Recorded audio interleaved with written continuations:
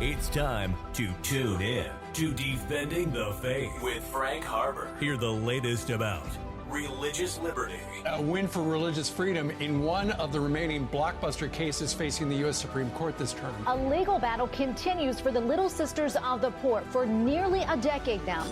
A street preacher armed with a speaker, a microphone, and a camera strapped to his chest is now banned from the village. Our founding fathers believed in the separation of church and state, but not for one fleeting moment did they believe in the separation of God and government. And powerful apologetics. Are you prepared to defend the faith? I'm convinced unless we trust in God, this nation is finished. We're facing a new kind of enemy. We're involved in a new kind of warfare, and we need the help of the Spirit of God. 3, 2, 1. Welcome to another episode of Defending the Faith. I am Frank Harber. I am your host. I am the President and Chief Legal Counsel for Defending the Faith Alliance, and I am a religious attorney. Our alliance defends the faith. We defend Christ. We defend churches. We defend Christians all across the country and help them maintain their ability to speak truth to the world. One of the big things that we do is that we help churches. And so we have a new thing called Church Shield that you might want to tell your church or pastor about, where we cover the 8 core documents of the church, things like articles of incorporation, bylaws, making sure that the proper language is in there so that your church can have religious freedom and religious autonomy, so that you don't have to compromise on your church's beliefs concerning things like marriage and weddings and other things that you would do at your church. It's very, very important. And so we cover all the documents and make sure that a church is provided for. Also, one of the things we do is we also provide free wills for people in these churches and give them the opportunity to leave a bequest to their church if they so incline. But the wills are free to any of our Alliance church members. If you're not a member of one of our Alliance churches and you want a free will, you can still get one with us, and you can join our Shield program. And we have several Shield members, and we would love for you to be a part of it and help us protect religious freedom across the country. You can find out more about that at defendingthefaith.law. So right now we're going to join our program in progress, and we pray that you will be blessed by what you hear next. Welcome to another episode of Defending the Faith. I am Frank Harber. I am your host, and I am the President and Chief Legal Counsel for Defending the Faith Alliance. And we defend churches, Christians, and Christ. And so we're excited today about this program because there's so many things, because we have a program called Church Shield, which we have several hundred churches in Church Shield. We have a Kingdom Shield for Christian businesses. And our guest today is a blessing to both these. And we also have, 40 different ministries that we help. And today you're going to want to hear who we're talking to today. Today we have Dr. Scotty Sanders, and Scotty and I go way, way, way back. And so he's been involved in churches. Scotty, welcome to Defending the Faith. And tell us a bit about who you are and your journey and all that kind of stuff. Well, thank you, Frank. It's great to connect with you. I think we've known each other about 20 years, a lot of that via phone call and that kind of stuff through the years. So let me make one quick correction. I'm probably have earned an honorary doctorate through years of ministry, but not an actual one. I just guided you with the doctorate. You gave me. I'm going to take that. So I'll tell my wife when I get home. I'm now the Dr. Scotty Sanders. So anyway, but thank you for that. Yes. So a little bit about my background. I actually grew up in West Monroe, Louisiana. A lot of people know West Monroe by the Duck Dynasty guys. Yes. And I can still remember my son saying sometimes on Thursday nights he was going to go out and play cards with some of his friends and stuff. And I said, well, who are you going to play cards with? I'm going to go play with the Robertsons boys. So he'd hang out with Jace and Willie and different ones playing cards and stuff. So we'd have those guys speak at a church. So that's kind of our claim to fame in West Monroe, Louisiana. But a lot of people are familiar with a church called First West, where I served on staff for about 20 years. And it was just an unbelievable blessing there that we saw a church that had been a good solid church for about, 30 years, running 1,000 people, but it grew to about 4,000 people in West Monroe, Louisiana.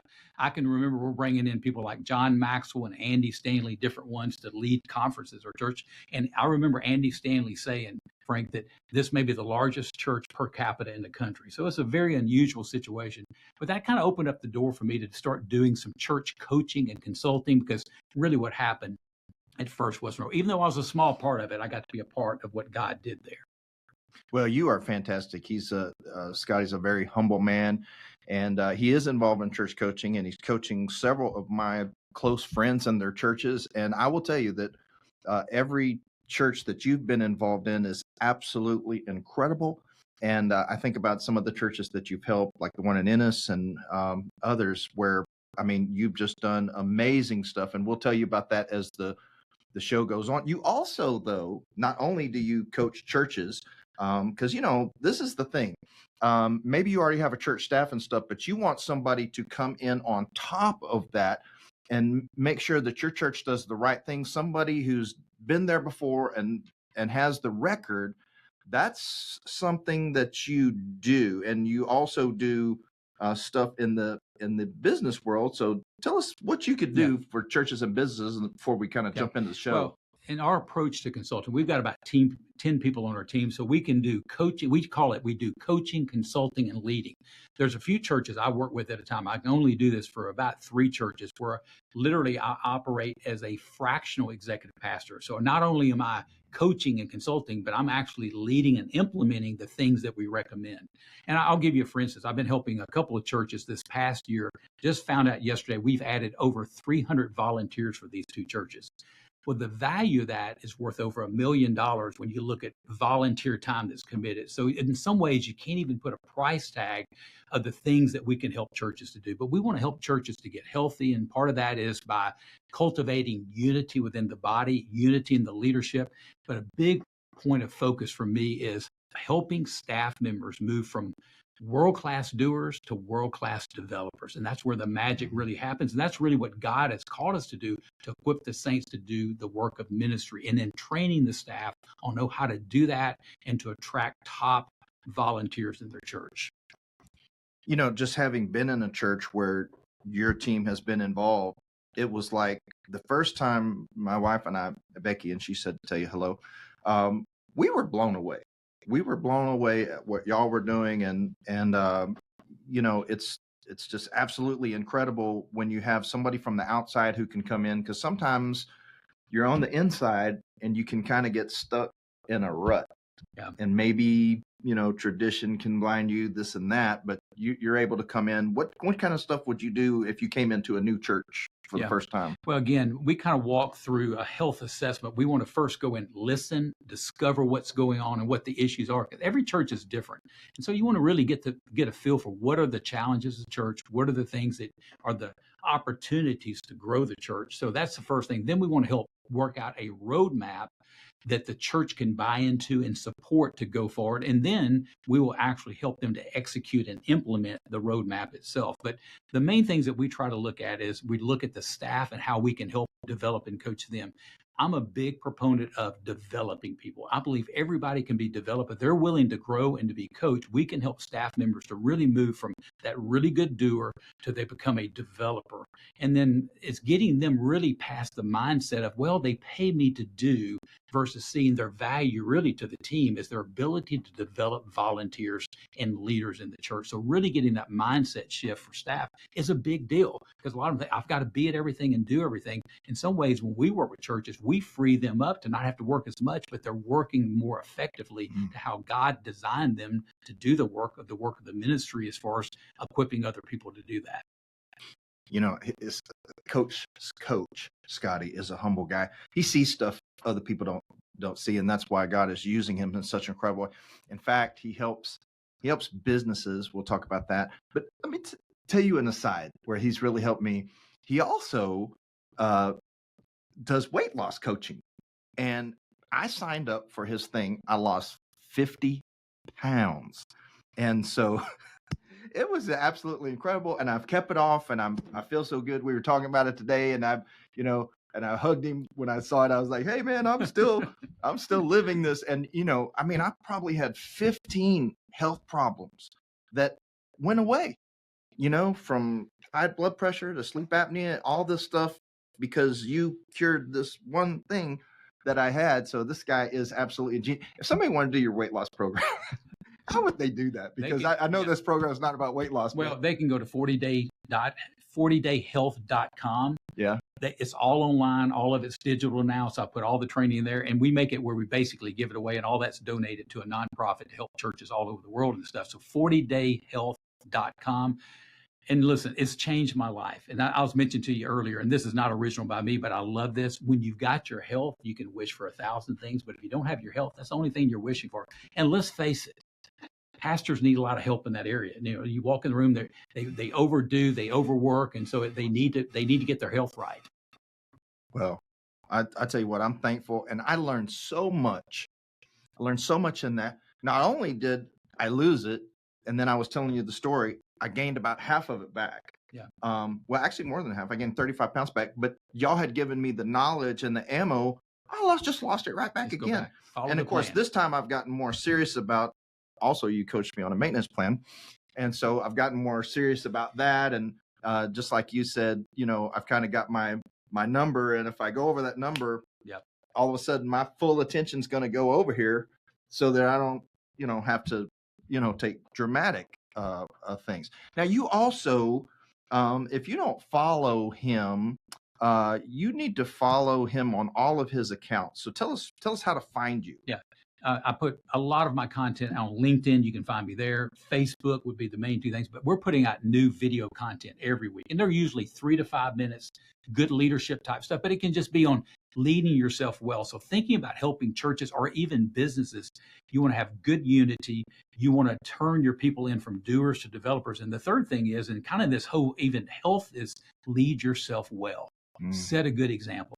Jesus said, you know, that help you to, you know, you want to finish well, good, well done, my good and faithful servant, you know, lead yourself well. So part of that is the physical part, but some of it is growing in your leadership, and some of it is growing emotionally, intellectually, and so forth. So a big thing that we do is help staff members and help business leaders to lead themselves well. And the impact they have in their organization is just, you can't even measure it anymore, because if you're leading yourself well, it impacts everybody else. If you're not leading yourself well, it impacts them in a negative way. So he speaks at a lot of companies. So if you get online and you follow him, Scotty Sanders, what's the website? Well, ScottySanders.com is my main website for all my corporate and business consulting and speaking. Okay. So if you follow him there, go there. And he speaks at a lot of different companies. Tell us some of the things you've been doing here recently. Yeah, well, actually, tomorrow, I was in Florida last week. This week, I fly to California. I'll be speaking to 100 school psychologists in Sacramento. It's the third largest school district in California. So I'll be an all-day workshop I'll be doing with them and stuff. But I've spoken at an event, Juice Plus, which I'm a Juice Plus user, so I want to give them a little promo, a great supplement. I've spoken to petroleum associations from Mississippi all the way to Indianapolis. I've spoken at, I actually had a good time this summer. I got to go to Colorado, and I spoke to the county clerks for the state of Colorado. It was about 100 people there for that event. So just almost anything in between, lots of different associations would be the main area that I get to speak. So it's Juice Plus. I want to know. Is that a supplement? Are we drinking juice? It's a supplement. It's a capsule. Yeah. So I took that this morning. I take it every day, Juice Plus, and you can get your vegetables, your fruits, your berries, and also you can get, there's some other type supplements as well. So I've been doing that every day for the last 5 years. That's the only pills that I take is that. No medicine. I'm 65 years old. Don't take any other, I take a multivitamin, but other than that, I don't take any medicine at all. When I go see my doctor, it's usually an annual visit to get my physical and get all my blood work. And he's asking me, what can I learn from you to help my patients to be healthier and stuff? A lot of it has to do with mindset and diet, and exercise is part of that too, and getting good supplements. Well, that is fantastic. So we have a lot of pastors that subscribe to this show, and he has a lot of things that you do and can offer. So I'm gonna kind of let you take this over here and tell us what's on your heart today. And also too, if you're listening to as a pastor, you definitely want to get on here and see what all they have. They have many, many things. They have fractional leadership opportunities, and so you want to take advantage of it. But I'm going to let you kind of take us where you want to go here today. Well, I would encourage you as a pastor, go to lifecatalyst.consulting.com. That would be our website. So I've been doing church consulting coming up on 17 years. So I remember when I first started that, I thought to myself, this may last 6 months. Who knows? And the Lord's been good to us. We worked with close to about 200 churches directly, but I've worked with thousands of churches internationally. In fact, I'm going to Malawi in May that will be training hundreds of pastors there. So we want to help churches to be healthy, and we work on focusing on leadership development, and also helping them where if they need, for instance, I've got a couple churches working with right now that we provide children's consulting. So we'll have there'll be sometimes a fractional children's minister. They're without one right now. Sometimes they need someone to help in the missions area. So I've got a team of people. We've got about 10 on our team, but they're all experts in the area, know what they're doing, high integrity people. And we kind of operate with a 10X mindset. We want to return whatever investment you make into our company and our time. We want to return 10 times of that we can point to. So we feel like it's a good return on their opportunity cost and investment of their time and their money. And we're a little bit selective on the churches we work with because it's got to be a good fit, right? So it's got to be one of those things that we've got to get a level of trust. If not, it ends up wasting the church's time and money to a certain extent that we can come in there. Because usually if they bring us in, some changes need to happen. We always want to do it right, and we want to make sure it's done in accordance with how the church operates, but usually change comes along with that. And a lot of that is developing the staff is a big part of that. We really focus on helping their staff members be more successful in their ministry side of things. And we're talking about good change here. We're not talking about scary change or anything else, but I mean, that's why it is so important to get the right churches. I'm telling you, if y'all have him come in and you listen to him, you will get a tenfold investment. I've been to these, and that's when I first really became a believer. Of course, I knew about you, from West Monroe, Louisiana, which is just an incredible story of what God did there through you. But now it's taking it out and expanding it. So let's say somebody calls you and says, Scotty, hey, we need help. We don't even know what we need to do. What would be the first thing? Well, you can go to lifecatalyst.consulting.com. You can sign up for a free strategy session. We'll have one of our senior consultants conduct that. And then based on that conversation, we can kind of assess what's the next right step for them that they need to take. If that means we need to do some, make a visit to their church to do a discovery session, or if we need to just do some Zoom coaching sessions. So the first thing we want to do, first step we recommend, go and sign up for a free strategy session. It doesn't cost you anything, and we give that to you as a gift, and you can decide if this is a potentially good working relationship. So what are some issues that, I'm not saying every church that's listening, and we have many, many pastors who listen to the show. I'm not saying for every church, but what are some common things, some low-hanging fruit that you see that y'all might address? Yeah, I'm going to say the number one thing that we see that we can address right out of the gate would be helping really the staff really developing their leadership and their having more accountability and recruiting volunteers. That's such a big thing. Every church needs more volunteers. And here's something else. We have something we call the executive volunteer strategy. So we would be able to attract a person like a Frank Harber to come and serve basically as an unpaid volunteer and a certain level at the church. We can tap into lots of people that can do those kind of things that bring certain skills and abilities is worth tens of thousands of dollars every year. So really tapping into the volunteers that are your bread and butter, teaching Sunday school to the kids, to an executive volunteer leader type, someone like you that can come in and lead an entire ministry. A lot of churches we work with, we have volunteers leading entire ministries versus having to hire more staff members to do those kind of things. There's lots of opportunities and talents sitting in the pews every week that we just don't tap into. So just getting staff to see that opportunity and then training them on how to do that and then coaching them and keeping them accountable to that metric alone is a game changer in every church. Almost every church we work with need a lot more volunteers. That's just one of many, but that would be the biggest one, I would say. So you take volunteers and you use that as an indicator of church health. I went and spoke, and I do need to tell this pastor about you, but they went through a lot in their church, and they're down, near the ocean toward Galveston and stuff. And so I spoke at this church, and over 80% of this church is mobilized and volunteering. I couldn't believe it. That kind of astounding They're doing number. a great job. Oh, yeah. And I'm just like, my goodness, how did you do that? But I mean, I will tell you this, the health meter in that church is off the charts. Yeah. When they start serving, they start giving. They don't complain as much because it's no longer your church, it's their church. Yeah. So serving is such a big factor in their buy-in to the church, buy-in to the leadership. They tend to give more, they attend more because I need to be there. Yeah. They're expecting me to serve. You know what I'm saying? So it just changes so many other metrics to a positive level when they start serving. And that's how God wired them anyway. We're to be servants. Jesus said the greatest of these will be the servant. So we need to help people to be in the category that Jesus says is the greatest of them all. Is that's the ones that serve. This is really genius. I bet it helps with retention too. Absolutely. They're going to be, again, it becomes their church. They're less likely to leave. And they're more likely to be there on Sundays because now they're part of the leadership team. They're now serving. Someone said, I believe in you and I think you can serve. Most people don't think they're good enough to serve. And we're bad about that as staff members of not empowering people, equipping people them to serve. So it just serves the kingdom so much well. It encourages people and you're unleashing and mobilizing the body of Christ to do what it was designed to do versus a handful of staff members. So, I'm a golfer and my two sons are in here and they produce the show, Graham and Hunter.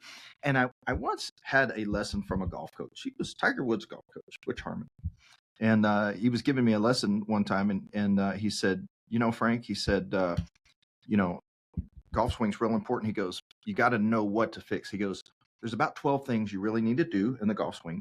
And he goes, if you fix one, you can probably fix 3 at the same time. He said, but if you fix the wrong one, you can cause 3 new problems. So, so when you go into a church, this is kind of what you do? Do you diagnose? We diagnose, we go in and we do what we call a discovery session that we're going to observe what happens on Sundays, all their different activities. And we're going to visit with staff, key stakeholders, get a real feel. And again, I've been doing this so long. It's kind of like, I think it was the Farmers Insurance guys. He knows a lot because he's seen a lot. That's a little bit about us and our team.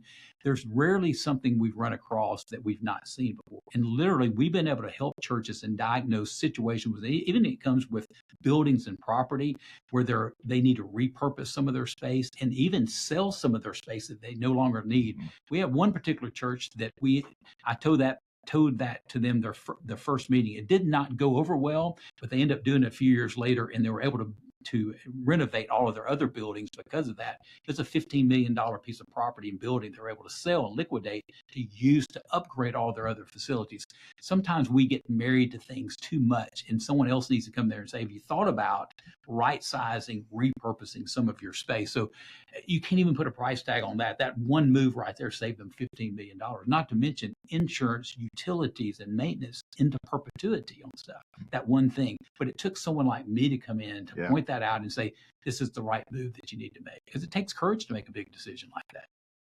And pastors, sometimes you just need an outside voice to come in. Sometimes it's already stuff you don't want to say because you don't.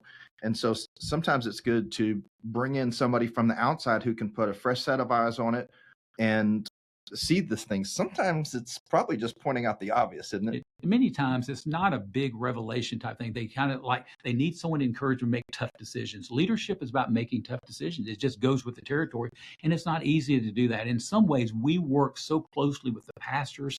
We become their friend, their coach, their ally, someone that we can help support to encourage them to make those tough decisions and walk through with them and make sure it's advanced plan, communicate it properly. Again, you can do the right thing the wrong way and it can blow up in your face. But we help people to do the right thing, communicate it clearly, and do it the right way. And more times than not, it's going to go extremely well. Most people are pretty reasonable about those things. You got to make the case, communicate it clearly, and make sure you do it the right way. One of my favorite things about what you do is that every time I've been in church where y'all have been there, the services are better. It's music. I mean, everything. I'm talking about the welcome, the structuring. So this is something that you coach people on. It has to be because I see it. It's a pattern. Yeah. You know, there's sometimes that we have to tell churches that you need to quit doing everything but Sunday mornings till you get that right. That's a hard message, and it's a little bit hyperbolic, but sometimes I call it diluted focus leads to diluted results. We do so many things, we don't focus on the most important thing. And Sunday mornings, that's game day in some ways, right? Yeah. That's when we're inviting lost people to come. It's where the gospel's being preached. We want to make that the best we can. And sometimes you have to give up some other things.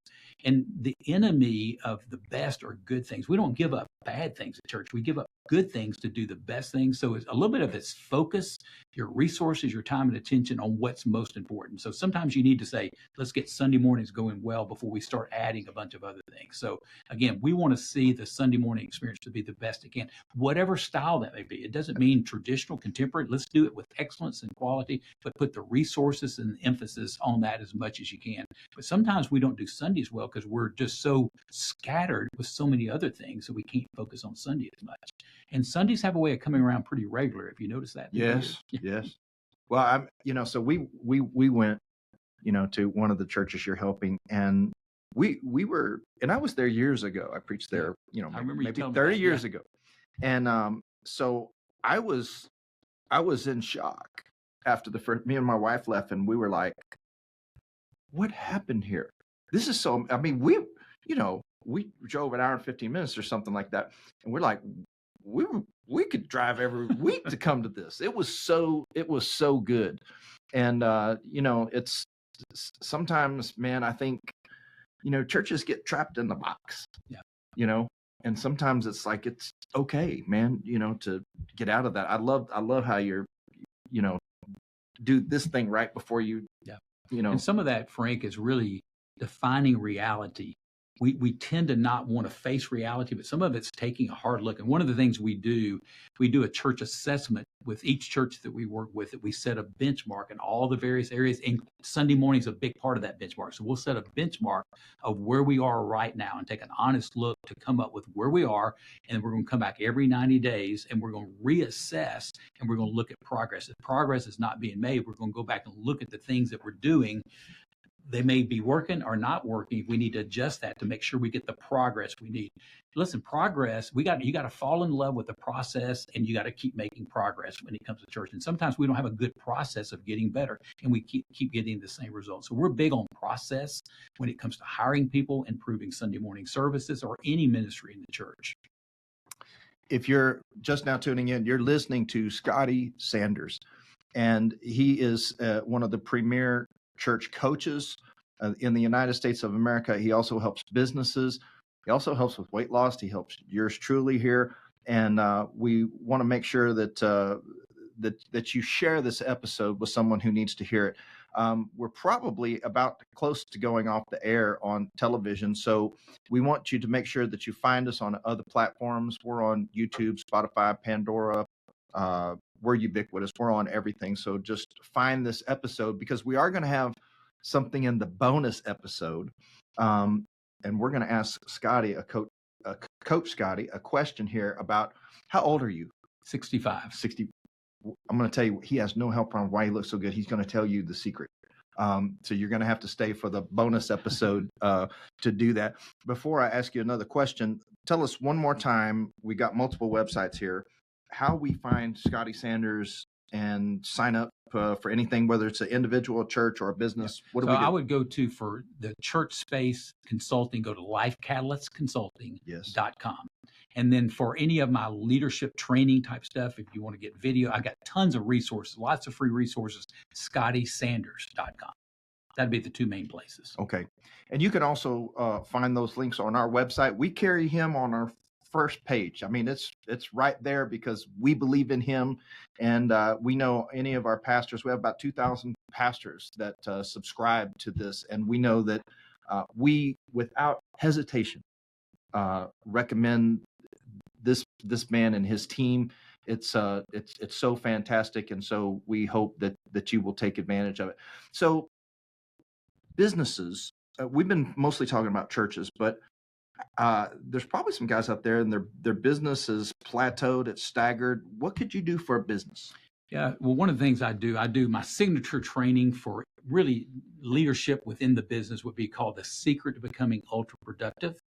And so I've got a little secret that I help individuals, and this helps their organization. Again, when you lead yourself well, you can lead the organization well. So that's in fact, I'm speaking in Sacramento this week, and I'm going to do an all-day workshop. I'm going to go through the 6 pillars of how you can become ultra productive and still have a life. A lot of times we think we have to give up our life to be productive. And I believe I found a way to help people to be super productive, ultra productive, and still have a life. And then we also do, organizations bring me in for leadership development and coaching. I worked for the largest charter school system for a period of time in Texas, did all C-level coaching for them. So that's where most of that will happen, or they bring me in for an all-day workshop or training on anything leadership related. Yeah. Oh, that's fantastic. So if you have a business, I mean, this is the guy right here. So you should definitely consider calling him. All right. Well, if you've stuck in here for this long, this guy is fit. I mean, I probably hurt my hand if I bumped it on him. But you weren't always like this, were you? So tell us your secret. How do you look so young? And not only that, but I mean, I think probably your health, you produce content. If you're not following him online, you should be, because he's always giving out secret. He's always giving out stuff. He's always giving himself away. It's absolutely incredible. But were you always this guy? What happened here? Well, I grew up in a very sports-oriented family. In fact, my youngest brother, I like to kind of kid about this, he became the strongest teenager in the world at one time. So he was a big power lifter. So it's always been in my family. They played collegiate level sports. I was never good enough or big enough to play at that level. So I've always had that. But once I got into my business background, I started my first business at 17. I was running a $5 million business at age in my early 20s. And actually, I'd say I was in the worst health, wasn't taking care of myself. I was working myself to death. I was overwhelmed, overworked, and over my head in a lot of ways. And then God called me into the ministry, and I'd like to say things got better, but it probably got worse, because all of a sudden I'm having to go back to school and get my education, and I'm working even harder and so forth. And I really neglected that for a long period of time and stuff. My wife became disabled about 17 years ago, and the biggest culprit, she's got a very rare autoimmune disease. The biggest culprit is inflammation. And I was about 5 years ago with a group of other professional speakers, and one of the speakers was talking about going to a whole food plant-based eating. That is the number one way you can reduce inflammation. If you're a diabetic, you can get off of being a diabetic, and also blood pressure and other issues and stuff. And I was thinking to myself, I'm in pretty good shape, but my wife could probably use this. This would help her in inflammation. So I made a commitment. I said, let's do this together. Well, I didn't realize I needed to lose 35 pounds, Frank. Wow. I lacked a little self-awareness on that, but I realized, and hey, my blood pressure was going up, my cholesterol was going up, I wasn't sleeping good at night, I was having to take stuff for headaches and that kind of stuff. I didn't realize how bad a shape that I'd gotten in. I'd kind of let myself go to a certain extent. So I was doing it for her, but it helped me more than it actually helped her. And it was just transformational. All of a sudden, I'm having people come up to me and say, Scotty, what have you done? You look great. You're active. You're going. You're doing stuff. What have you done to do that? I said, well, I started this thing. I'm eating whole food, plant-based with exercise in there, and and I had so many people ask me about it. I said, I've got to start helping these people. So I've developed really a plan to help them do it. I call it 40-Day Health. And you can go to 40dayhealth.com to find out more about what we do with that. That's how it started. So really, it's a fairly new journey for me. I was right at 60 years old. I urge you to do this. So he's such a good friend. He called me, and and I post pictures on the internet. And I mean, I was getting to the place of no return. I'm not going to say I was Jabba the Hutt, but I mean, I was getting out there. And Scotty reached out and said, we've got a thing, and I think you might need to do it. And that was probably hard for you to send that text, but he did, and I signed up. You did. And man, the rest is history. Yeah. The rest is history. Well, I'm sitting super here. Proud of you, I mean, friend. Man, we have nailed it. So I couldn't recommend this any higher. So my boys are here, and so we have debates sometimes about who is the better golfer, Fat Frank or Fit Frank. And so they're going to get to play with Fit Frank All today. right. Now they'll say Fit Frank's better, blah blah blah. Fat Frank could have lots of weight to put behind. But there's no doubt Fit Frank is better, in every way. But as I'm getting older, it's like, man, it's like I've taken it's like I went back in a time machine. Yeah. So I appreciate you. I've got you to thank for that. Tell us one more time where to find you, and then I'm going to sign us out of here. Okay. So you can go to lifecatalystconsulting.com for my church side of things, and scottysanders.com for anything leadership related. And if you're interested in getting healthier this next year, you can go to 40dayhealth.com. Well, you've been listening to Coach Scotty. He's not a doctor, but he should be. He's absolutely brilliant, off the charts. We hope that you will be blessed by this. I want to ask everybody here to do something with this episode because it fits so many people, whether it's a church or a business or an individual or somebody who needs health decisions. Would you please share this with your friends? So, share this with all your friends, because somebody will find a blessing out of this and meet him and have a fortuitous encounter with him. It's very successful. Everything he touches turns to gold. And we pray that you will check out all of his links and be a blessing. Well, we thank each and every one of you, and we will see you in the next episode of Defending the Faith. Well, God bless you, and thank you for tuning in to this wonderful episode of Defending the Faith. If you want to find out more about us, go to www.defendingthefaith.law.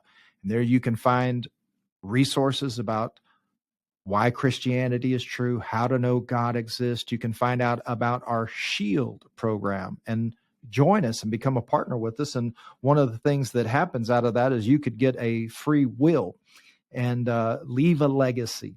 And, so many people, they don't have wills. And so it's one of the things that we do make available to our SHIELD members, to our church SHIELD members, and also to our SHIELD members who are partners with us in our ministry. We pray that you've been blessed, and we will see you in the next episode of Defending the Faith.